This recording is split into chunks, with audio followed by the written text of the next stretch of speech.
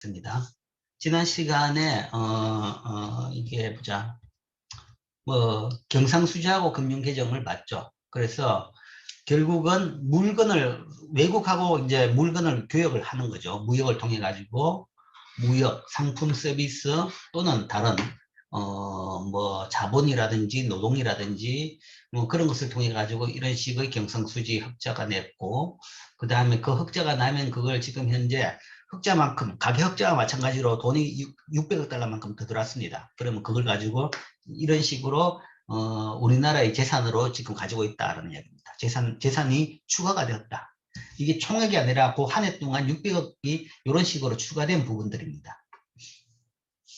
그래서 직접 투자, 정권 투자. 뭐 최근에도 그렇습니다. 최근 올해도 그렇고 작년도 그렇고 올해도 그렇고 경상수지 흑자가 한 700달러 정도로 나오고 정도로 지금 보고 있습니다. 네. 자, 이게 이제 지금 올해 같은 경우 작년도 그렇고 올해도 그렇고 코로나 효과 때문에 여기 이제 구성의 변화는 좀 생겼습니다. 생긴 것이 서비스 수지 적자는 이제 많이 줄었습니다. 이 코로나 때문에 여행을 많이 못 갔죠. 해외여행을 못 갔죠. 기본적으로 외국 사람이 우리나라 오는 것보다 우리나라 사람들이 외국 여행에 나가면서 더 많이 씁니다. 그래서 코로나 때문에 이 부분의 적자는 좀 줄었습니다. 좀 줄었고. 그러나 이제 본원소득 수지 같은 경우에는 오히려 흑자가 주식 투자로 많이 가면서 외국 주식을 많이 보유함으로써 외국 주식에서 배당금이 더 많이 들어오면서 이거는 조금 더 늘어나는 추세입니다. 뭐 그런 정도다. 상품은 뭐 비슷비슷합니다. 지금은 한 700억, 1200억 달러 했던 것이 이때가 가장 예외적으로 컸던 거고, 이게 이제, 유가 하락의 영향이 제일 컸다는 이야기였죠. 이때 한참 유가 때문에, 유가가 굉장히 하락해가지고, 고유가에 맞춰가지고 우리나라 경제를 굉장히 이제 기업들이 타이트하게 운영을 했었죠.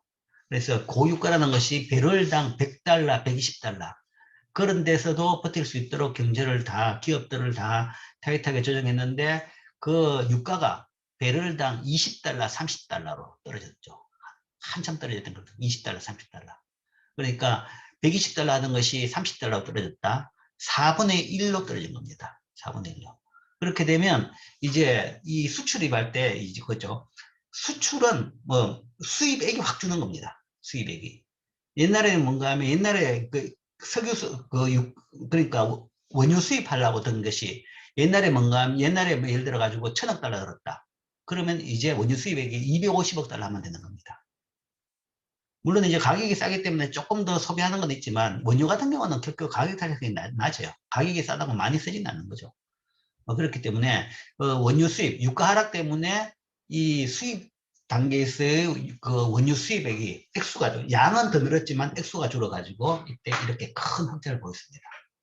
근데 그게 이제 일시적으로 20, 30달러 갔다가 다시 또 반등했죠. 반등해가지고 지금 또 한 60달러입니다. 물론 이제 작년 3월 코로나 때 뭐 한때 뭐 마이너스 유가도 생기고 했지만 그거는 아주 일시적인 현상이었고 어쨌든 지금은 한 60달러 정도, 6, 70 이 정도가 계속 되고 있고 거기에 따라서 경상수지도 뭐 상품수지 경상수지도 현재도 원래도 아마 한 700억 달러 한 6, 700억 달러 정도 되는 거. 이때하고 비슷한 정도 수준이다라고 볼 수 있습니다.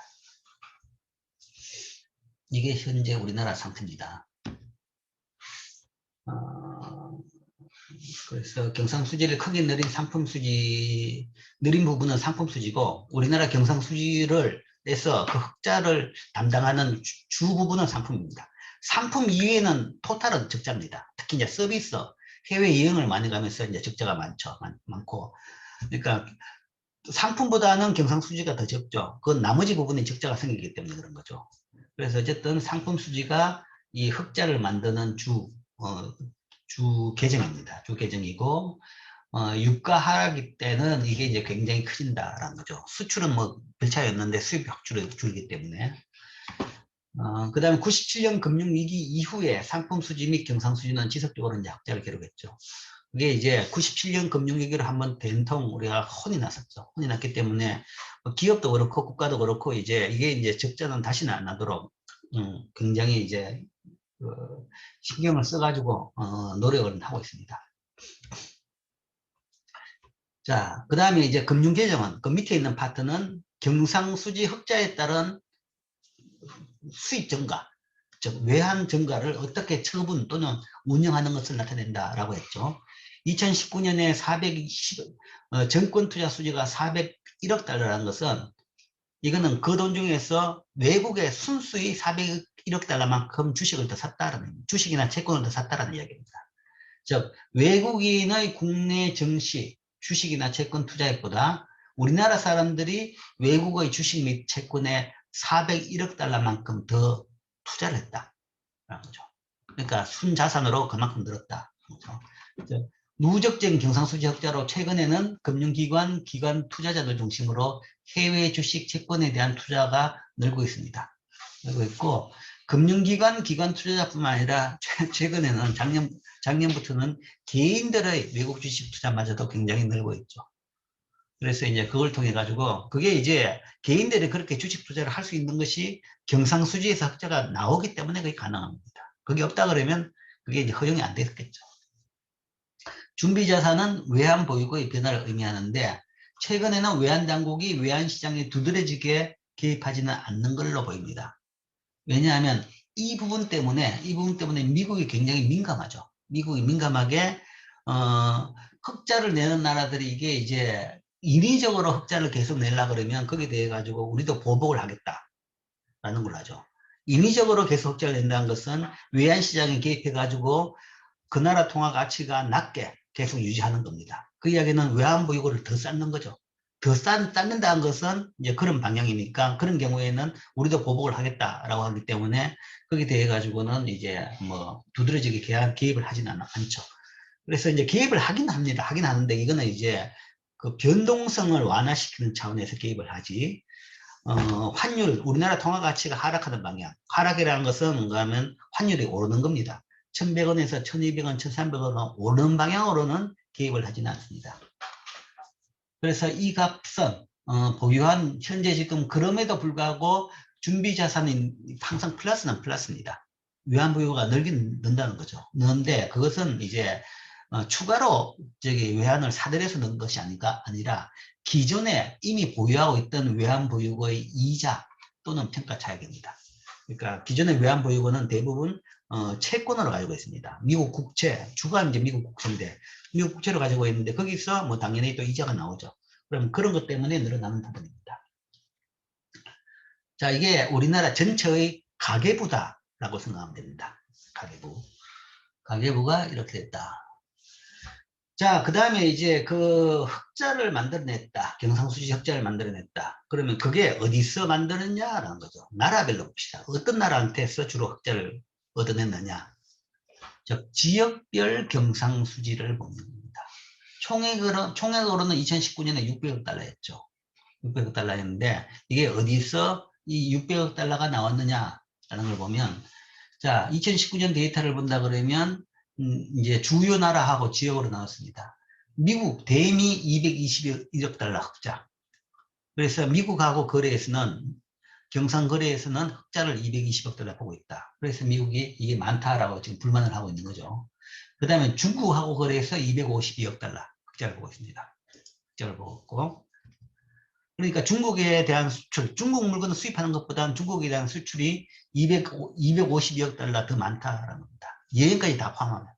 여행, 뭐, 아니면 근로자들 왔다 갔다 하는 거, 거기에 따르는 송금까지 다 포함해도 우리가 252억 달러만큼 흑자를 더 많이 기록하고 있다.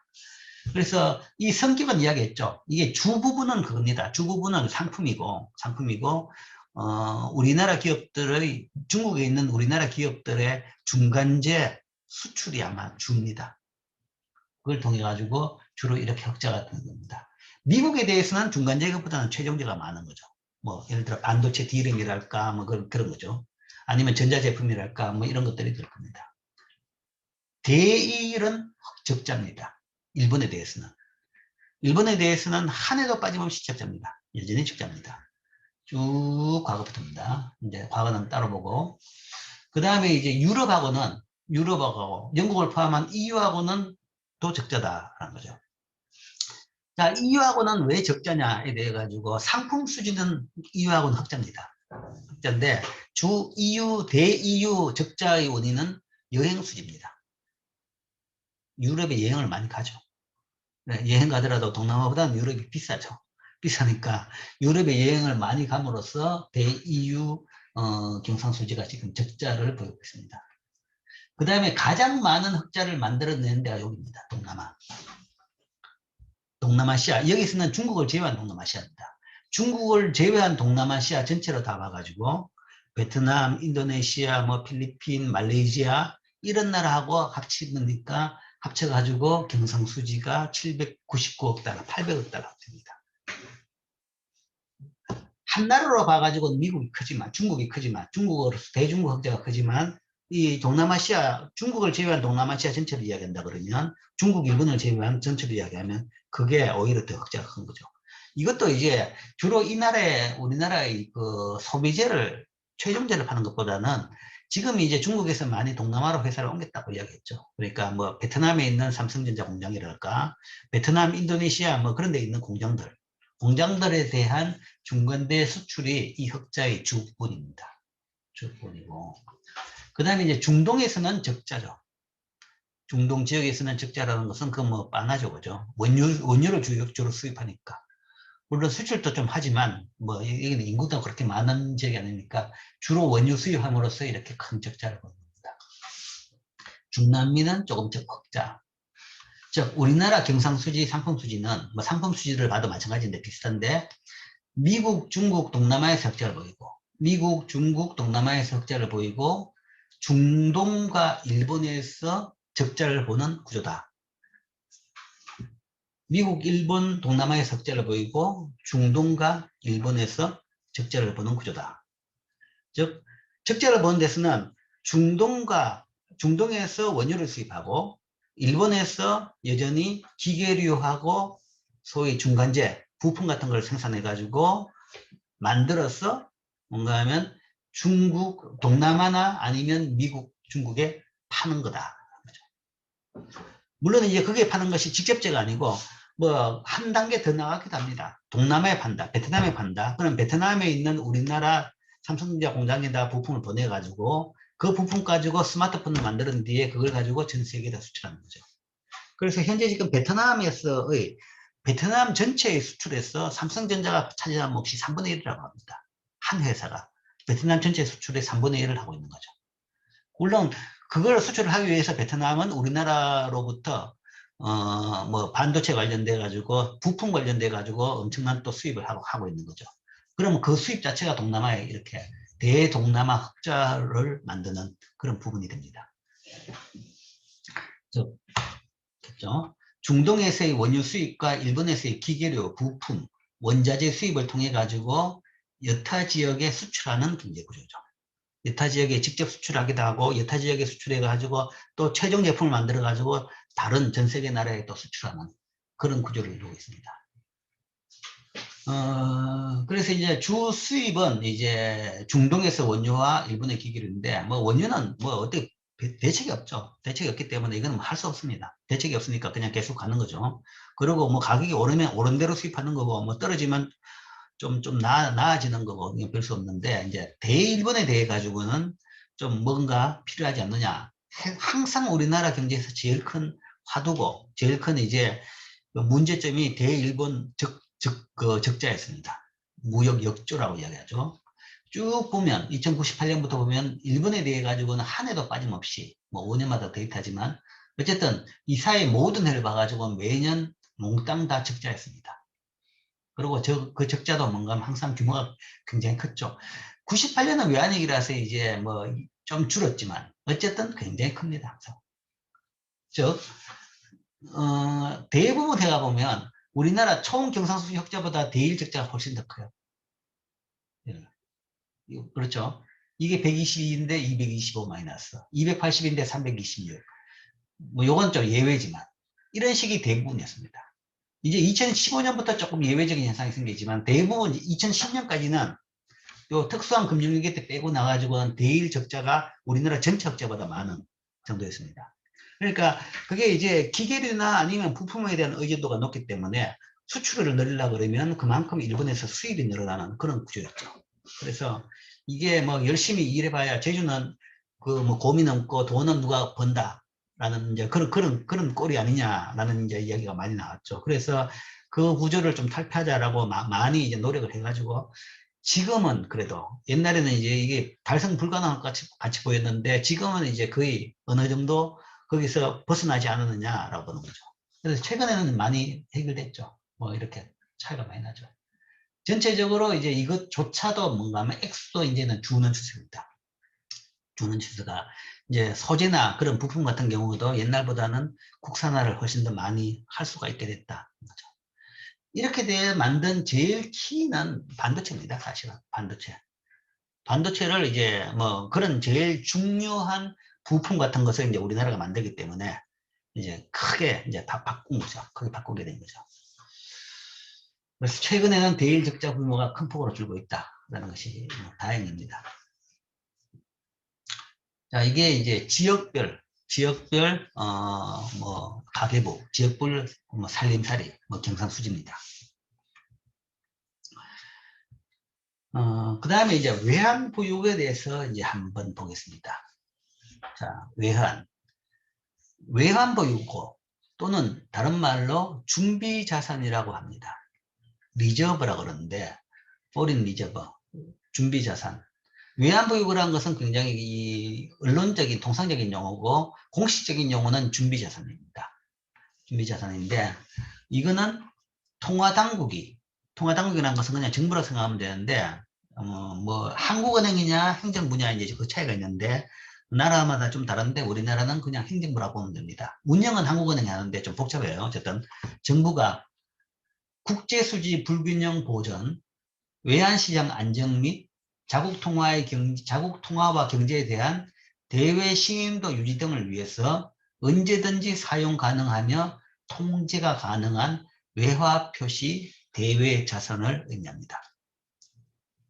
그래서 이제 공식적인 이 정의를 여기다 적어놨습니다. 그럼 좀 더 설명이 필요하겠죠. 자, 이걸 왜 지금 이야기하느냐? 우리가 98년에 한번 대통령 당했죠. 이게 다 떨어져가지고. 그러니까 비상금이 떨어진 겁니다. 쉽게 이야기하면 그 나라의 비상금이라 생각하면 됩니다. 비상금이 딱 떨어져가지고 부도가 나버리다. 부도 적용이 된 거죠. 그래서 부도가 나기 전에 IMF, 그 다음에 다른 나라에 쫓아가가지고 뭐 이제 이 참 싫은 소리 할 수밖에 없었던 거죠. 굽신대야 됐던 그런 이제 굴욕의 역사가 있었습니다. 그렇기 때문에 이제 다시는 그런 때가 안 생기게 하기 위해 가지고 이 부분을 잘 알고 항상 준비를 해야 되겠죠. 그래서 이게 비상금으로 외환을 가지고 있는 겁니다. 외환이 필요할 때를 대비해서. 비상금? 뭐냐? 돈 써야 될 때, 내가 돈을 내야 될 때, 꼭 내야 된다. 그때를 용으로 가지고 있는 겁니다. 가지고 있는데, 그 국가가 있기 때문에 국내에 대해 가지고는 그런 필요가 없어요. 언제든지 필요하면 정한 데만 돈 찍어서 내면 됩니다. 그런데 이제 대외는 안 되는 거죠. 외국에 대해서는. 그래서 이 비상금이라는 것은 국가 간에서 이야기는 대외, 외화는 보입니다. 외화 비상금. 그리고 이제 이걸 어떻게 쓰느냐, 용도가 뭐냐, 그러면 용도가 이렇게 딱 박혀 있죠. 국제수지 불균형 보전이라고 합니다. 경상수지 적자가 생겼다 그러면 이거는 외환보 요구가 있어야 가능합니다. 없다 그러면 적자가 안 나와요. 적자를 낼 수가 없으니까. 그러니까 뭔가 외환보 요구가 없다 그러면 외국에다가 물건을 사올 수가 없는 거죠. 뭐 어쨌든 할 수 없지만 지금 현재 있는 재산이라도 흘러가지고 사야 된다, 써야 된다 그런 거죠. 뭐 예를 들어가지고 집에 우환이 생겨가지고 병원에 가가지고 병원비가 많이 나왔다. 그러면 지금 소득이 없더라도 뭔가 있는 거 어떻게 재산이라도 틀어가지고 병원비를 내야 되는 거죠. 그건 마찬가지인 겁니다. 그래서 극단적으로 이야기하면 소비재야 안 되면 수입 안 하면 되겠지만 원유 같은 경우는 수입 안 하면 발전소를 못 돌리니까요. 그런 용도로 이제 쓰는 것이 이제 비상금이라는 거죠. 국제수지 불균형 보전. 꼭 필요한 외환을 써야 되는데 수입을 해야 되는데 그때 써야 될 거. 수출을 해가지고 돈 들어오면 되는데 수출보다는 더 써야 될 일이 생겼다. 그때 쓸 용도. 용도로는 이거죠. 그 다음에 외환시장 안정이라는 것은 환율 변동을 막기 위해 가지고 어느 정도 개입을 한다고 이야기했죠. 방향성 개입은 안 되더라도 뭔가 변동이 극심하지 않기 위해 가지고는 개입을 한다. 왜 그러냐 그러면 외환의 변동이 이제 수급 변동이 심합니다. 월말이라 그러면 공급이 늘고 월말이라면 결제 수요가 있죠. 자금시장에는 그래요. 기간별로 결제 수요가 다 다릅니다. 월말 결제 수요가 있고, 뭐, 예를 들어서 25일이라 그러면 뭔가 하면 이제, 뭐, 기업들 월급 그런 수요가 있고, 자금시장, 일반 자금시장이라 그러면, 그 다음에 뭐, 17일은 공무원들 월급이고, 뭐, 5일은 군인들 월급이고, 이런 식으로 이제 월급날이 대부분 다 다릅니다. 다른 것이 한 달에 다 몰쳐놓으면, 그날의 현금 수요, 자금 수요가 엄청나게 늘어납니다. 감당이 안 되는 거죠. 그렇기 때문에 이걸 스프레드 아웃 때문입니다. 그와 마찬가지로 결제 수요도 외환도 공급과 수요가 그때그때마다 이제 그 캘린더별로 그렇게 달라집니다. 달라지는데 뭐 일단 이제 뭐 월말 수요 그런 것도 있고 그 다음에 어떤 나라가 뭔가 하면 갑자기 이제 수출을 뭐 삼성전자 같이 큰 회사가 반도체 수출을 많이 하고 한꺼번에 결제로 뭔가 하면 돈이 외화가 들어온다.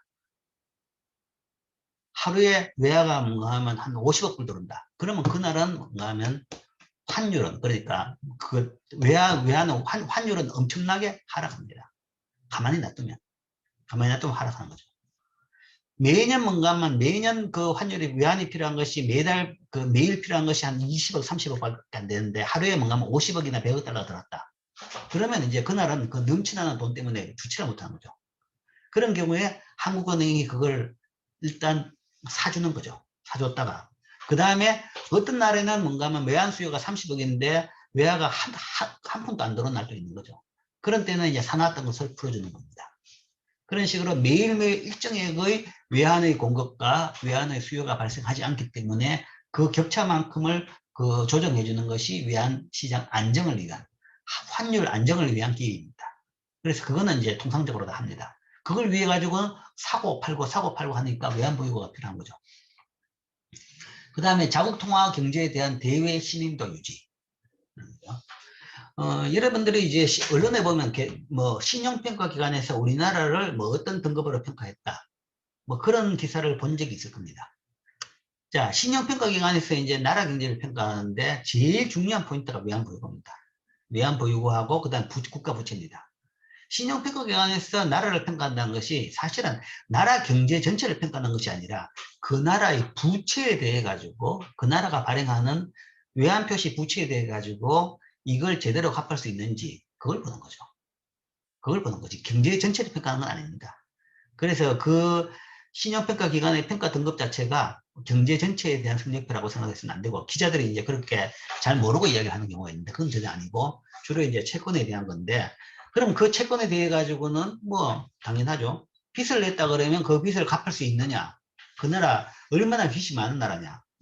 그 다음에 빚을 갚을 수 있도록 외환을 얼마나 가지고 있느냐. 자국 돈으로 많이 가지고 있어봐야 외환 빚은 외환이 없으면 안 되는 겁니다. 그렇기 때문에 그 평가하는 중요한 포인트가 가지고 있는 외환보유고죠. 이걸 많이 가지고 있어야지 그 나라는 언제든지 갚을 수 있는 나라구나 라고 평가가 되고 등급이 높고 그 다음에 그렇기 때문에 그 나라가 부채를 내더라도 채권을 발행하더라도 국제시장에서 다 믿고 잘 팔리는 겁니다. 그리고 이자율이 낮고 그러면 그 나라 자체에 대한 신용도 높아집니다.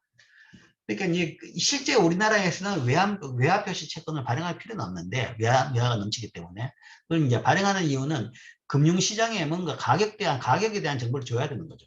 그게 이제 금융시장에서 필요하기 때문에 국내 및 세계 금융시장에 필요하기 때문에 그런 차원에서 가격을 만들어내기 위해 가지고 발행을 합니다. 발행을 하고 그러면 그 가격 자체가 이제 뭐 우리한테 낮은 이자율로 그 판매가 돼야지 그러면 우리나라 전체 기업들이 자금 조달을 할 때도 낮은 이자율로 조달을 할 수 있게 되는 겁니다. 그런 차원에서 자국 통화 경제에 대한 대외 신인도 유지. 외환보유 요구가 충분하다 그러면 이걸 이제 등급이 높게 되는 거죠. 그래서 이것이 외환보유고의 용도입니다. 이 세 가지 용도고. 그리고 이 용도로 쓰기 위해 가지고는 항상 언제든지 사용 가능하고, 언제든지. 필요하면 당장 써야 되는 거죠. 그 다음에 통제가 가능해야 됩니다. 가능한 외화표시 대외자산입니다. 그래서 언제든지 사용 가능하고 통제가 가능하다. 자, 이게 여기 줄이 두 줄, 세 줄 얘기해야 됩니다. 왜냐하면 한 번 보니까 안 힘들어하는 거죠. 우리나라가 97년 말에 이제 그걸 한번 겪었죠. 97년 들어가지고 항상 외환당국에서는 우리나라 외환보유고 450억 달러 충분히 가지고 있다라고 이야기했죠. 그런데 그렇게 가지고 있으면서 왜 IMF로 갔느냐. 가지고 있다고 막 계속 발표하는데 가지고 있지 않느냐 왜 왔느냐 그러니까 그 내역을 보자 그러니까 숫자는 있는데 없다는 거죠. 숫자는 있는데 빌려줬다. 그러니까 그 홍콩에서 영업하는 종검사들이 뭔가 외화부채가 발생해가지고 걔들한테 빌려줬다라고 이야기한 거죠. 그러니까 숫자는 있는데 실제적으로 사용 가능하지 않은 상태였다는 겁니다. 사용 가능하지 않은 상태. 그러면 그거는 외환보유고에 포함이 안 됩니다. 그러니까 엄격하게 그거를 운영을 해야 되는데 그걸 못했다는 거죠. 그러면 그 외환보유고로 기능을 못하는 거죠. 그때 사실 그게 뭐 사용 가능한 거였다 그러면 IMF로 갈 필요가 없어요. 그냥 그 돈 쓰면 되는 겁니다. 쓰면 되는 것이고, 그 다음에 그 돈을 조금씩 써가면서 환율이 조정되도록 용인하면 되는 거지. 외국 가서 빌려올 필요가 없는 거죠. 그런데 이제 그 돈을 날려고 나가지고 숫자만 있고 실제적으로 사용할 수 없는 상태가 됐기 때문에 돈을 빌리러 갔던 겁니다. 그래서 지금은 엄격하게 언제든지 사용 가능하고 통제가 가능한 외환 표시 대여 자산입니다. 그렇기 때문에 보통 형태가 직접적으로 예금이라든지 외화 예금이라든지 물론 외국은행에 예금이 났죠. 아니면 그 언제든지 유동성이 높은 국채. 유동성이 높다는 것은 바로 필요하면 당장 현금화할 수 있는 그런 국가 채권. 대부분 그래서 이제 미국 국채에다가 미국 국채 형태로 많이 가지고 있죠. 그래서 이게 이제 외환 보유고의 정의입니다. 자, 어느 정도냐?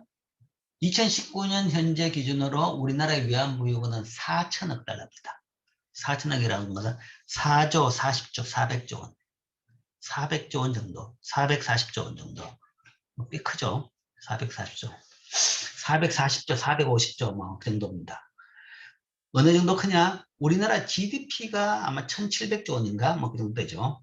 뭐, 그래서 이제 그게서 한 4분의 1 정도 됩니다. 4천억 달러. 그러니까 400조 원 정도 됩니다. 자, 이게 액수가 그 정도가 되고, 어쨌든 뭐, 그것도 뭐, 100조 정도 되면 그냥 크다는 숫자의 조죠. 구성을 본다 그러면 대부분이 외환입니다. 근데 외환 아닌 것이 조금은 있어요. 금, 골드, 그 다음에 특별인출권, IMF 포지션 이런 게 있습니다. 이런 게 있고, 대부분은 외환인데, 이 외환이라는 것은 지금 이야기했던 그 외환의 그 돈, 그러니까 외환예금이죠. 그죠? 외환예금이나 바로 현금이나 아니면 바로 현금화할 수 있는 채권까지 포함하는 겁니다. 외화표시 채권까지 포함한 것이 지금 2달러. 대부분이 이런 형태로 가지고 있습니다. 즉, 준비자산은 외환은 유가증권과 외화예치금. 예치금이라는 것은 현금이죠. 그 다음에 유가증권은 주로 채권입니다. 주식은 절대 안 됩니다. 주식은 유동성이 낮아요. 낮고 변동이 심하기 때문에 주식으로는 보유를 할 수 없게 되어 있습니다. 그래서 주로 예측 가능한 채권으로 가지고 있죠. 그 다음에 금, 골드, 실물로. 그 다음에 특별인출권, SDR, IMF 포지션 이렇게 구성됩니다. 그래서 외환과 금은 이제 뭐 잘 아는 거죠. 않고. 금이라는 것은 이제 중앙은행들이 이런 차원으로 이제 금을 가지고 있습니다. 가지고 있는데 참 이 금을 가지는 것은 사실은 이제 우리가 금환 본위제의 유산이다, 잔재다 라는 표현을 씁니다. 유산이라 그러면 좋은 뜻이고 잔재라 그러면 악습이다 라는 거죠. 이론적으로는 굳이 가지고 있어야 되냐는 이야기합니다. 그 사실 산업용으로 잘 쓸 수 있는 그런 금인데 그걸 뭔가 하면 금고에다 쌓아놔야 될 이유가 어딨냐 라는 이야기를 합니다. 그래서 우리나라는 금을 안 가지고 있었어요. 쭉 보라고요. 뭐 1억 달러도 안 되죠. 쭉 안 되다가 여기 한 2010년에 1억 달러 됐다가 요 사이에 40억 달러를 확 늘죠. 안 가지고 있다가 2013년인가 뭐 12년인가 13년인가 그때 사들였습니다. 그때 한국은행 총재가 누구냐 그러면 지금 우리 학교 총장인 김중수 총장이 한국은행 총재였는데 그때 이제 금을 사들였습니다. 명분은 그 외환보유고 운영의 다변화라는 거죠. 너무 여기만 다 쏠려 있다. 좀 다변화하자. 어떤 나라는 금도 가지고 있더라. 왜 또 그때 그 얘기가 나오냐 그러면 금값이 2000년대 들어가서 굉장히 올랐습니다. 뭐 오른 이유가 뭔가 하면 2008년 미국 금융위기, 유럽 금융위기 다 그러니까 이제 안전자산 그러니까 금값이 엄청나게 오른 거죠. 그러고 나니까 이제 언론에서 두드리는 거죠. 외환보유고는 이걸로만 가지고 있느냐, 금을 가지고 있었으면 훨씬 더 돈이 많아졌을 건데, 그러면서 마구 비판을 해대는 거죠. 그래서 이제 귀가 얇으신 우리 총장님이 그럼 금을 사자 그래가지고 금을 이때 이만큼 뭐 48억 달러만큼 뭐 47억 달러만큼 금을 샀습니다. 근데 사고 나가지고는 금값이 떨어졌어요. 계속 떨어졌습니다. 떨어져가지고 거의 18년, 19년까지 떨어졌어요. 18년, 17년, 18년까지 떨어졌어. 그러고 나니까 뭔가 하면 다시 또 언론에서 두드리는 것이 아니 왜 그때 비쌀 때 금을 샀느냐 그러면서 또 언론은 계속 두드립니다. 근데 중앙은행이 금을 가지는 것은 그거는 그냥 보유 목적이지 투자 목적이 아닌 거죠. 투자해가지고 올랐다고 뭐 좋아 팔아먹을 것도 아니고 내렸다고 해가지고 그거 가지고 재산을 주는 것도 아닌 거고 뭐 그런 겁니다. 어쨌든 안전 차원에서 다변화를 가지고 있는 거죠. 그래서 이제 금을 한번 사고 나면 이런 이제 우여곡절이 있어가지고 이래 금을 사는데 그러니까 경제학적으로 봐가지고는 왜 외환보유고에 중앙은행이 금을 가지고 있냐는 거죠. 별로 이건 명분이 없다라고 봅니다. 봤기 때문에 이런 것이고 또 하도 또 어떤 나라는 금을 가지더라. 어떤 나라가 주로 금을 가지냐 그러면 뭐 미국은 많이 있어요. 그리고 이제 최근엔 중국, 인도 이런 나라들이 금을 많이 가지고 있습니다. 유럽 나라들은 금을 안 가져요. 근데 이제 금을 가지는 것은 미국은 왜 많냐? 세계적으로 금이 제일 많은 것은 어디냐 그러면 미국 포트 녹스라는 데가 있습니다. 혹시 이제 이 고전 영화지만 여러분 중에 다이하드라는 영화를 봤는 사람이 있으면 다이하드 3 다이하드 3 그 영화가 브루스 윌리스 나오는 액션 영화죠. 이게 미국 근거를 타는 영화입니다. 미국 중앙은행 근거를 타는 거죠. 근데 미국 중앙은행이라는 것이 이제 뭐 근거라는 것이 워싱턴 DC도 있고 제일 큰 건 뉴욕이죠. 근데 그거보다 더 큰 게 뭔가 포트 녹스라고 해가지고 다른 지역에 있습니다. 다른 지역에. 뉴욕이 아니라 다른 지역에 있어요. 나는 포트 녹스라 그러면 그거는 군 시설이라고 보면 됩니다. 거기에 금고석에 지하 금고석에 세계에서 제일 많은 금이 저장되어 있습니다. 왜 그러냐 그러면 그건 이제 2차 대전이 끝나고 나가지고 전 세계적으로 미 달러를 기축통화를 하기로 약속을 했죠. 그러니까 이제 환율 시스템에 대해 가지고 이제 뭐 전쟁에 대한 뭐 전쟁 후의 세계관이 있어요. 왜 전쟁이 났느냐의 반성을 통해 가지고 새로운 경제 질서를 짜면서 이제 환율 제도, 무역 제도에 대해 가지고 우리가 지금 나오겠지만 다음에 나오겠지만 이제 새로운 시스템을 짜면서 환율 제도를 고정환율제를 하자라고 했는데 그러면 고정을 어떻게 유지할 것이냐? 모든 나라 고정 유지하는 게 굉장히 힘듭니다. 고정환율제도. 그런데 이제 그러면 자 미국이 너가 뭔가 하면 진짜 너 달러에 대해 가치가 확실하게 변동 안 하도록 고정을 하고 다른 나라들은 미국 달러하고 환율을 고정시키자 라는 이야기를 한 거죠. 그래서 대신에 미국 너는 그러면 미국은 너 달러 가치를 확실하게 보정을 어떻게 할 것이냐 뭐 그걸 뭔가 하면 금하고 연동시켜 가지고 우리는 보정하겠다. 그러니까 금 1온서당 32달러로 교환하도록 언제든지 보정을 하겠다. 라고 하면서 그 보정에 대한 담보로 우리가 포토녹스에다가 미국이 가진 모든 금, 그걸 이제 다 쌓은 거죠. 금을 다 가지고. 그러니까 전 세계적으로 현재 골드가 제일 많이 있는 데가 포토녹스입니다. 그때 그런 차원에서 금 보니제, 금 달러 보니제를 간접적인 보니제지만 하면서 뭔가 하면 금을 쌓아놓고 그걸 통해 가지고 미국 달러에 대한 가치를 보정함으로써 보정하기 위해 가지고 금을 거기다 많이 쌓아놨던 거죠. 그래서 뭐 예를 들어 가지고 지금은 이제 뭐 피아트 마니 시스템이라고 하는데 이게 지금 현재 통화제도가 나오기 전에는 국가에 대한 신뢰가 지금같이 옛날에는 그렇게 신뢰가 높지가 않았죠. 국가가 돈을 발행하더라도 그 돈을 어떻게 믿냐는 거죠. 그렇기 때문에 그 믿음을 주기 위해 가지고 금하고 태환을 보장했습니다. 그러니까 금하고 교환할 수 있는 그런 언제든지 교환해주는 그런 이제 능력을 국가가 가지고 있었던 거죠. 그렇기 때문에 그걸 하기 위해 가지고 금을 보유했던 겁니다. 그게 이제 옛날의 이 중앙은행들이 금을 가졌던 이유인데 그 시스템이 1970년대 들어와가지고 깨졌습니다. 소위 이제 일본하고의 플라자 협정을 통해 깨졌는데 왜냐하면 그게 안 되더라는 이야기죠. 제일 큰 이유가 세계적으로 무역이 늘어나면서 이 외환에 대한 수요, 거래를 위해 가지고 수요는 굉장히 빠른 속도로 늘어납니다. 늘어나는 데 비해 가지고 그 세계 통화 공급을 못 하는 거죠. 미국이 뭔가 하면 달러에 그 연대돼 가지고 외환을 공급하려고 그러면 돈을 더 찍으려고 그러면 금을 더 확보해야 되는 거죠. 그런데 금이란 것이 뭔가 하면 사람 수요가 는다고 해서 갑자기 떨어진 게 아니죠. 세계적으로 금 채굴량이 빤한데. 그게 뭔가 하면 늘어나야 뭐 갈수록 채굴량도 주는 겁니다. 금광을 다 찾았으니까. 거기에 비해 가지고 금 늘어난 것에 비해 가지고는 사람들의 현금 수요 늘어난 것이 훨씬 더 빠르게 늘어난 거죠. 도저히 따라가지 못하는 겁니다. 그러다 보니까 뭔가 하면 소위 미국 달러 가치를 유지도 안 되는 것이고, 그리고 이런 식의 시스템이라는 것은 결국은 유지 불가능한 시스템이라는 것으로 우리가 이제 뭐 확인이 된 거죠. 그게 이제 플라자 협정입니다.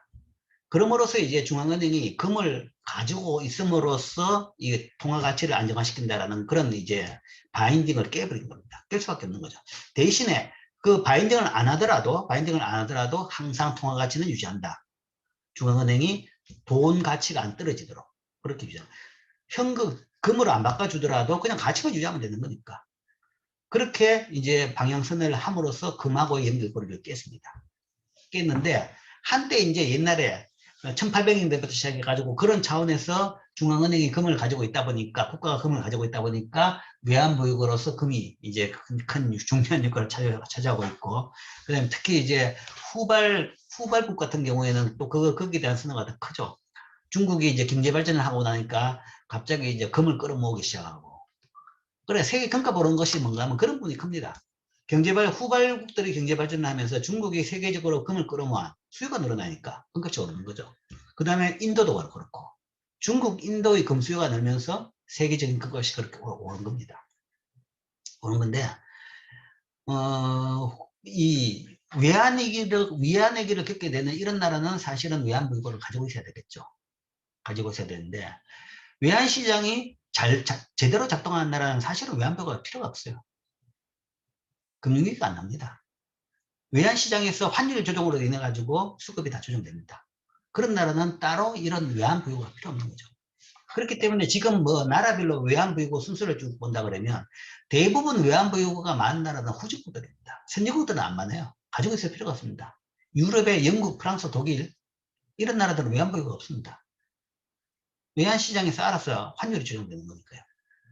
그러니까 이게 이제 외환보유고라는 것은 이런 식으로 정책을 잘 못하고 금융시장을 잘 관리 못하는 이 후진국에서 이제 그 충격에 대해 가지고 안전장치를 가지고 있는 것이다 라는 걸 볼 수 있는 거죠. 그래서 우리나라는 뭐 한번 된통 당했기 때문에 이제 그렇게 많이 가지고 있는데 이제는 더 이상 안 가집니다. 더 이상 안 늘죠. 여기서부터 느는 것은 속도가 줄었죠. 이때만 해도 148에서 961, 2900 팍 늘었습니다. 팍 늘었죠. 960일 이렇게 늘었다가 이제 여기부터는 이제 더 이상 안 나옵니다. 왜 이렇게 많이 가지고 있어야 되느냐? 이제는 별 명분이 없는 거죠. 그리고 이걸 많이 충족하는 것은 외환시장의 개입이고 불공정 개입이다라는 외국에서의 컴플레인도 있는 것이고, 그 다음에 이제는 우리나라 이 외환시장 자체가 뭐 금융위기를 겪을 정도의 그런 취약한 정도는 아니다라고 보는 것도 있는 겁니다. 어쨌든 그런 역사가 있기 때문에 세계적으로 중앙은행이 금을 가진 거죠. 그래서 이렇게 금을 가지게 됐고, 최근에 작년에도 아마 우리나라 한국은행이 금을 좀 더 사들였더라고요. 그래서 지금은 이거 한 90억, 한 100억 달러 정도까지 됐다고 합니다. 100억 달러 정도. 이 굳이 필요하냐? 이 사실 필요 없어요. 왜 실물을 가지고 있느냐? 물론 이제 순수히 그냥 쓸데없이 금고에다 쌓아놓지는 않습니다. 실제적으로 우리나라가 가지고 있는 금 자체를 이제 금이라는 것이 뭔가 하면 시중에서 사는 정도의 액수는 아니니까 이게 엄청난 양입니다. 외국에서 삽니다. 외국 주요 이제 뉴욕이나 런던의 시장에서 금을 사는데 그걸 배나 비행기에 실어 가지고 한국에 가지고 오지도 않았어요. 대부분 다 거기 있는 금고에 보관해 놓습니다. 금고에. 들고 오는 것도 비용이 엄청나게 들고 그건 뭐 말도 안 되고, 그 다음에 여기서 이제 안전하게 유지하기 위해서도 엄청나게 이제 많은 비용이 들기 때문에 그걸 뭔가 하면 그 나라에서 사가지고 뉴욕에서 사가지고 뉴욕 금고에 보관하고 있는데, 보관하려고 그러면 보관 비용을 내죠. 보관 비용을 내는 대신에 뭔가 하면 그걸 또 빌려줍니다. 그러니까 빌려주면서 그 사용료를 받아요. 그래서 사용료를 빼고 나면 보관 비용에다가 사용료를 빼고 나면 그 사용료가 더 많기 때문에 어느 정도 조금은 이제 플러스는 됩니다. 그래서 순수히 뭔가 하면 그걸 쓸데없이 뭐, 쌓아놓는 건 아닌데, 물론 당연히 그 이자는 외환으로 가지고 있는, 외국 채권으로 가지고 있는 것보다는 이자는 낫겠죠. 낫는데 이제 다변화 차원에서 그 정도 좀 가지고 있다라는 거죠. 자, 그 다음에 이제 두 개 새로운 게 있죠. 조금 전문적인 용어입니다. SDR, 특별인출권, IMF 옵션. 여기에 대한 설명입니다. SDR이라는 것은 기축통화인 미국 달러가 무제한 공급될 수 없다는 점에서 외환위기를 대비해서 만든 인위적인 국제통화입니다. 아까 이야기했던 플라자 협정, 1970년대에 만든 겁니다. 1970년대. 그러니까 이전에는 없었죠. 이전에는 없었기 때문에 이게 비어 있습니다. 1970년에 처음 만들었습니다. 이게 둘 다. 이걸 처음 만들었는데, 이게 뭐냐 그러면, 아까 말한 대로 미국 달러도 금에 폐거시킨다 그러면, 금 보유량에 따라 가지고 더 찍을 수 있는 거죠. 그러면 공급이 제한됩니다. 그러니까 세계적으로 뭔가 하면 거래 무역이 많아지니까 달러 더 내라, 더 내라, 달러에 대한 수요가 늘어나는데 못하는 거죠. 그리고 아무리 봐도 저거는 저렇게 폐거시키기가 더 느리는 건 불가능하다라고 보이니까 그때 이제 이 문제를 어떻게 해결할 것이냐. 무역은 많이 필요한데. 그래서 뭔가 하면 미국 달러 이외에 세계 통화를 하나 만들자. 라고 해서 만든 것이 SDR입니다. 스페셜 드래곤 라이터. 그러니까 미국 달러가 무제한 공급될 수 없기 때문에 세계적으로 뭔가 하면 이 유동성 차원에서 하나의 거래 통화로서 만들자라는 것이 인위적인 국제 통화입니다. 그래서 어떻게 만들었냐 그러면 뭐 IMF, 여러분들이 IMF를 뭐 이상하게 좀 이해하고 있는 사람도 있겠지만 국제통화기금이라는 것이 있습니다.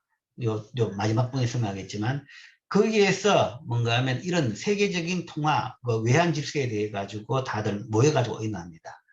그리고 거기에서 이제 처음 만들 때 그 가입하면서 다들 돈은 국제통화기금이기 때문에 돈을 냅니다. 그래서 그 돈 낸 비율에 따라 가지고 다들 이걸 가지도록 하는 거죠. 돈을 했으니까 그 돈이 담보가 되는 거죠. 그 돈 담보에 따라서 돈 낸 비율에 따라 가지고 이 SDR 특별 인출권을 다 종이를 뭐 종이는 아닙니다. 사실은 뭐 종이는 아니고 숫자로만 존재하죠. 숫자로만 존재하면서 이제 그걸 나눠 가지면서 서로 국가 간에 결제해서 사용할 수 있다라고 했습니다.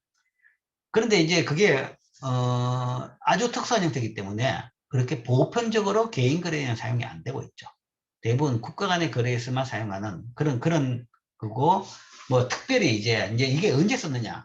통상적인 거래에서는 사용이 안 되고 외환위기가 발생했다. 뭐 그럴 경우에 이제 대부분 쓰여지는 이제 그런 겁니다. 그런 게 이제 특별인증권입니다. 그런데 이제 이것도 새로운 하나의 통화이기 때문에 이 환율을 어떻게 결정하느냐. 라는 게 또 하나의 문제입니다. SDR이 특별히 인증권이기 때문에 환율이다.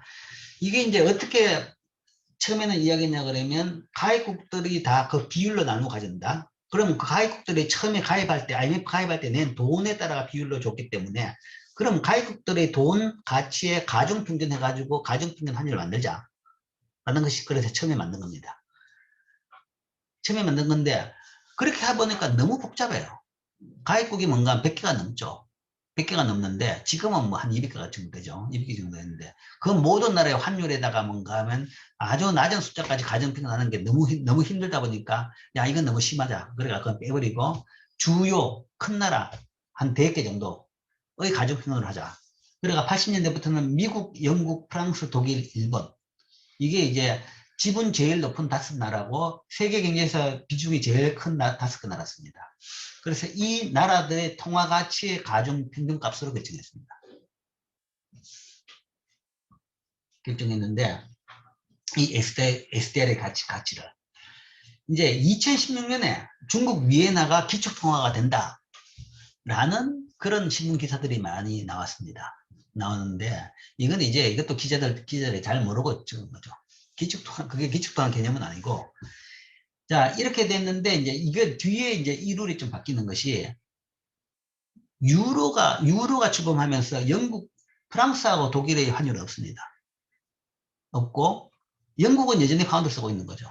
그러니까 5개 통화 가치에서 이제 4개로 줄은 거죠. 영국, 미국 달러, 영국 파운드, 유로, 그 다음에 일본 예나. 이렇게 4개국의 통화 가치 가지고 평균치가 된 것이고, 그 다음에 이제 좀 지나다 보니까 세계 경제에서 이제 위상이 많이 바뀌죠. 중국이 G2로 성장률이 굉장히 빨라지면서 전체에서 2등까지 올라간 거죠.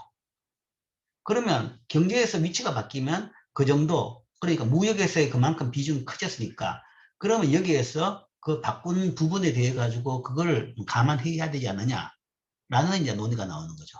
그래서 여기에다가 뭔가 하면 중국이 그만큼 커졌으니까 중국 위에다가 집어넣은 겁니다. 집어넣어 가지고 지금은 중국 위에 넣어 가지고 5개 나라의 통화 가치 가정 평균치로서 SDR의 가치를 평가합니다. 평가해 가지고 매년 매일매일 평가해 가지고 오늘은 얼마다라고 보시는 거죠. 요 통화 가치 평가할 때 들어가는 걸로써 중국 위에다가 들어감으로써 그걸 기자들이 내용을 잘 모르고 그냥 기축 통화가 됐다라는 표현을 쓰는 거죠. 그래서 그건 뭐 기축통화하고 개념은 다릅니다. 다르고. 그런 의미는 아니고, 이때의 SDR 가치평가에 들어갔다. 그 뭔가 하면 이제 경제의 변화, 그 위상 변화를 이제 반영한 그런 결과가 되겠죠. 이게 이제 특별인축권입니다. 그래서 이론적으로 필요해서 하나 만들었는데, 이걸 보면 뭔가 하면 변화가 별로 없죠. 여기서 이제 이렇게 넣은 것은, 이제 이 특별인축권이 넣은 것은 우리나라의 IMF의 그 출자금이 확 늘어가 이렇게 늘었습니다. 늘었는데, 이제 밑을 보면 알 수 있는데, 자, 이게 처음에 뭔가 하면,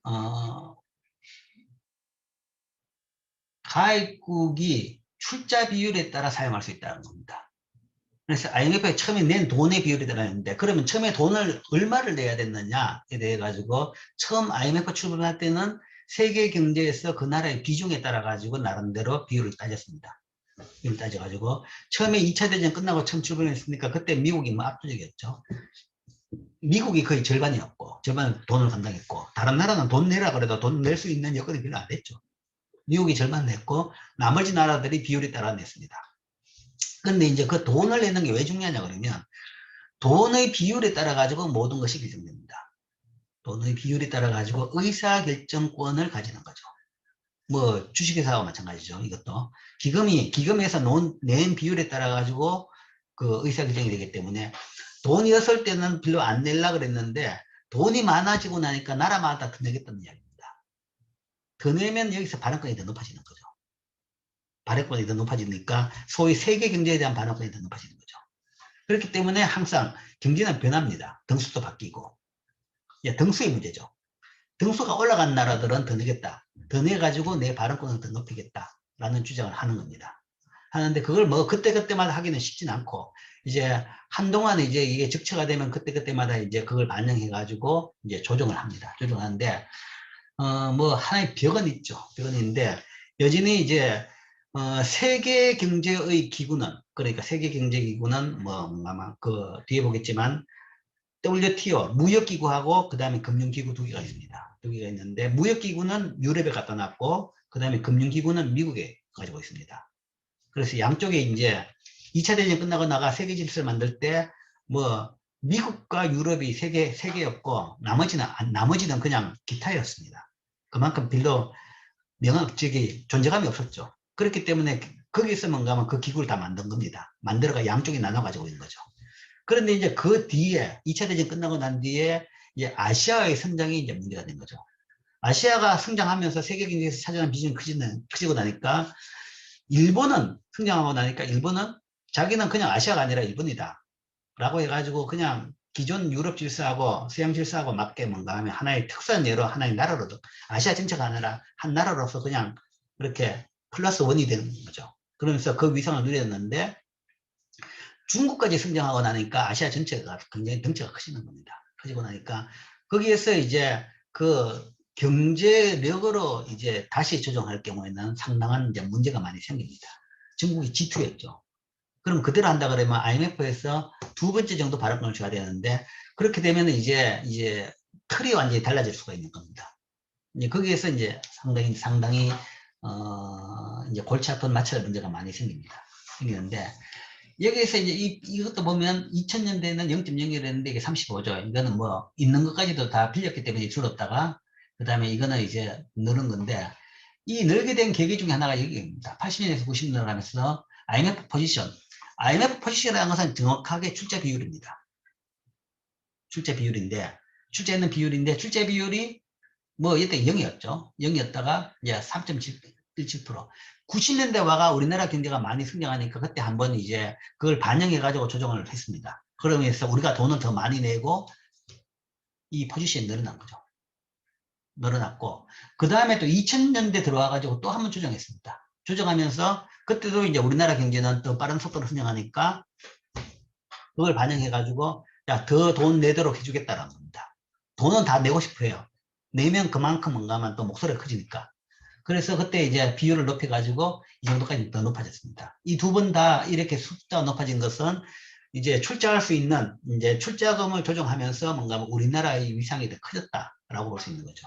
그렇게 그래서 이것도 이렇게 높아진 겁니다. 높아진 것이 IMF. IMF 포지션은 각국의 IMF에 출자한 자금인데 이제 그런 의미를 가진다라는 거죠.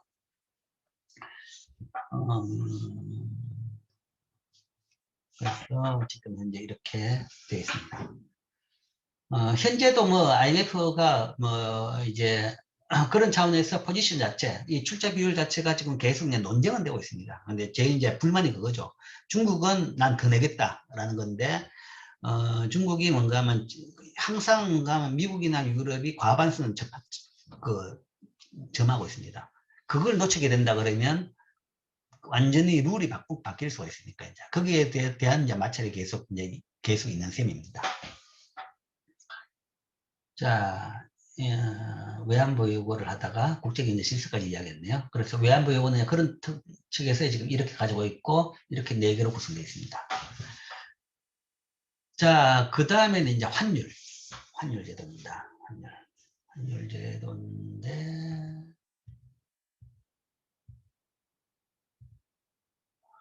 애매하다.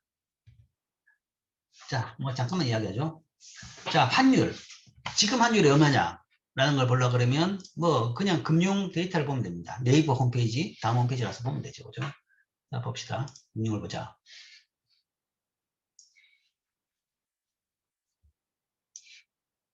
자, 지금 환율이 얼마냐? 미국 USD 1125원이다. 지금 환율이 1125원입니다. 그런데 환율이라 그러면 엄청나게 많습니다. 1125원, 1328원, 유로하고 환율이 이거죠. 1유로 바꾸는데 1328원이다. 1달러 바뀌는데 1120원이다. 그렇지만 여러분들이 은행 가서 1달러 사겠다 그러면 1120원에 못 사요. 살 때는 현찰로는 1144원에 삽니다. 달러 있어가지고 그거를 가지고 원화로 바꾸겠다. 그러면 들고 가면 1105원에 팔 수 있습니다. 뭐 이 차이가 뭔가 하면 중간에 비용이라고도 볼 수 있죠. 뭐 금융기관의 마진이라고도 볼 수 있고. 그러니까 이게 이제 살 때, 팔 때. 그리고 이제 현금으로 살 때, 팔 때가 있고, 그 다음에 송금할 때도 다릅니다. 송금할 때. 송금이라든지 아니면 트래블스 책 할 때는 또 다른 비율입니다. 근데 이제 요 차이는, 이거는 마진이 좀 더 적죠. 요 차이가. 그러니까 살 때는 이것보다는 좀 더 많이, 팔 때는 더 많이 받을 수 있고, 살 때는 조금 더 적게 주고 살 수도 있죠. 어쨌든 환율은 여러 가지입니다.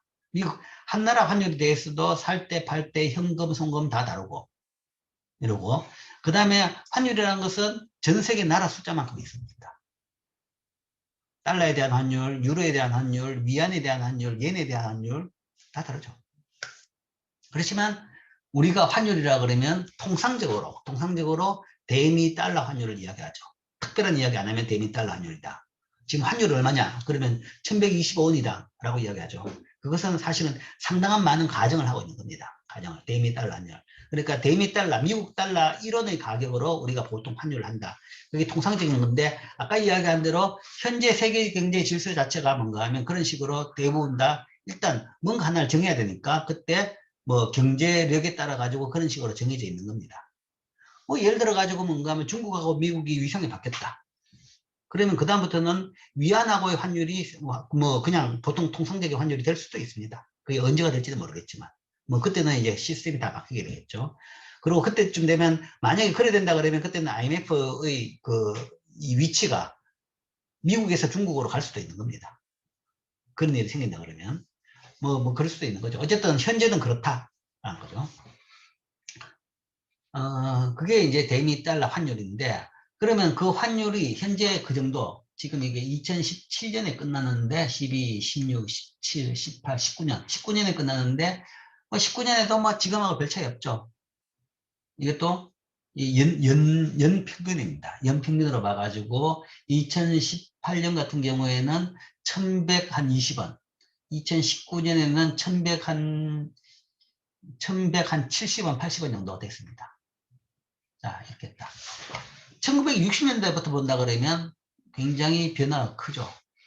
60년대는 1달러, 200원, 250원 하면 1달러 바꿀 수 있습니다. 250원. 쭉 변하다가 이때는 플래시죠. 75년부터 거의 78년까지는 그냥 이게 480원입니다. 1달러당 480원으로 고정되어 있다. 그러면 이때를 우리가 고정환율제라고 합니다. 이때는 고정환율제를 했는 거죠. 딱 고정시켰습니다. 이때는 그래도 변동입니다. 변동인데 이때는 딱 고정했다가 그 다음에 다시 또 변동으로 갔습니다. 이게 이제 변동으로 가는 시점이 아까 얘기했던 플라자 했죠. 그러니까 브레튼 우드 시스템이 끝나고 깨지고, 그러니까 미국이 달러에 폐거시켜 가지고 그 항상 미국 달러를 언제든지 금으로 바꿔줄 수 있다. 골드에 폐거시킨 그런 시스템이 붕괴되면서 이때 전 세계적으로 변동환율제로 갔습니다. 가면서 이제 이렇게 환율이 움직이는 거죠. 움직이는데 600원, 700원, 800원, 900원까지 갔다가 이게 다시 또 오르기만 않고 다시 또 떨어지죠. 한 700원으로 떨어졌다가 600원대까지 떨어졌다가 다시 올랐다가 이거는 연평균이기 때문에 사실은 변동이 적은 데이터입니다. 그런데도 불구하고 이렇게 변동하죠. 그러다가 이때 팍 뛰어오르죠. 800원 하던 것이 갑자기 1,400원. 연평균이지 데일리를 봐가지고 하루는 2,100원까지 올랐습니다. 2,100원까지 올라갔다가 그 다음 떨어지죠.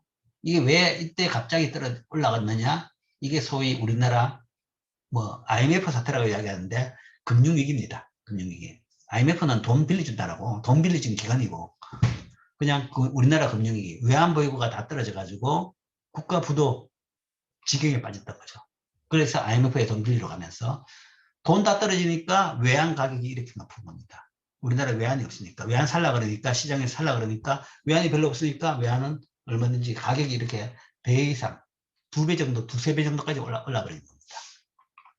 올라버렸다가 이제 그 다음에는 이제 열심히 환율이 오르니까 수출이 잘 되고 열심히 수출을 해가지고 흑자를 많이 내가지고 외환을 확보하면서 이제 이 가격이 떨어지기 시작한 거죠. 떨어져가지고 이렇게 되는 겁니다. 이걸 이렇게 떨어지니까 이제 그때 우리나라 금융위기의 소위 위기에서 벗어났다라는 얘기를 하는 겁니다. 그래서 이렇게 흑자를 내면서 떨어지면서 이제 IMF하고 그다음 미국하고 여러 나라에서 빌렸던 돈, 그때 한 1,700억 달러 정도 빌렸나? 거의 한 2천억 달러 빌렸습니다. 2천억 달러 정도 빌렸기 때문에 이게 이제 유지가 됐던 거죠. 뭐 400억 달러 빌려가지고 이럴 때는 400억 달러 빌려가지고는 어림도 없습니다. 그래서 과감하게 한 2천억 달러 정도 빌려가지고 뭐 어떻게든 시장을 안정시켜가지고 다시 정상적으로 수출을 하면서 흑자를 내면서 그걸 다 갚은 거죠. 갚으면서 이렇게 갔다는 것이 정상화된 겁니다. 됐다가 다시 뭐 이렇게 또 오르고 올랐다가 지금은 이제 한동안 1,000에서 1,200원 사이를 계속 왔다 갔다 하고 있습니다. 계속 왔다 갔다. 이게 지금 현상이다. 자, 이게 이제 우리나라 환율의 이제 역사적인 변동 추세입니다. 자, 그럼 환율은 왜 이리 변하고 어떤 수준이 맞고 그 다음에 지금 어떻게 가고 있느냐 하는 추세가 어떻게 되느냐 라는 것에 대한 설명을 지금부터 하겠습니다. 환율을 볼 때는 이제 이게 중요한 포인트가 제일 중요한 게 상대국하고 같이 봐야 됩니다. 이게 우리나라 요인 때문인지 상대국 요인 때문인지 그게 두 개가 혼재되어 있어요. 우리나라 원화의 가치가 떨어지는지 아니면 미국 달러 가치가 올라가든지 그건 다른 거죠. 미국 달러가 뭔가 달러 공급을 줄이면 달러 가치가 올라갑니다. 달러 가치가 올라간다는 것은 우리 돈이 이렇게 올라가는 거예요. 달러 가치가 올라가는 것은 우리나라 환율도 올라가는 겁니다. 미국 돈이 비싸지는 거죠. 거죠. 우리나라에서 가만히 문제가 없는데도 불구하고 미국 달러 가치가 올라면 환율이 오르는 거죠. 반대로 우리나라에서 아무 문제가 없는데 미국 달러 가치가 떨어지면 환율이 이렇게 떨어질 수도 있는 겁니다. 그래서 이걸 어설프게 뭔가 하면 우리나라 그냥 환율이 떨어졌다고 해가지고 우리나라에서 문제가 생겼구나 라고 당장 그렇게 대응할 필요는 없는 거죠. 그게 우리나라 요인인지 외국 요인인지 그걸 보고 해야 되는 거죠. 그걸 보려고 그러면 다른 환율하고 비교해 보면 됩니다. 달러하고만 이렇게 변했는데 유로하고는 차이가 없더라. 다른 나라하고는 차이가 없더라. 그러면 이 변화 요인은 미국 달러 때문에 발생한 요인이구나. 이렇게 볼 수 있는 거죠. 그래서 이거는 두 나라 간의 관계이기 때문에 우리나라만의 문제는 아니다라는 것을 잘 보고 생각해야 되죠. 자, 그래서 그 환율에 대한 이야기는 이제 다음 시간에 계속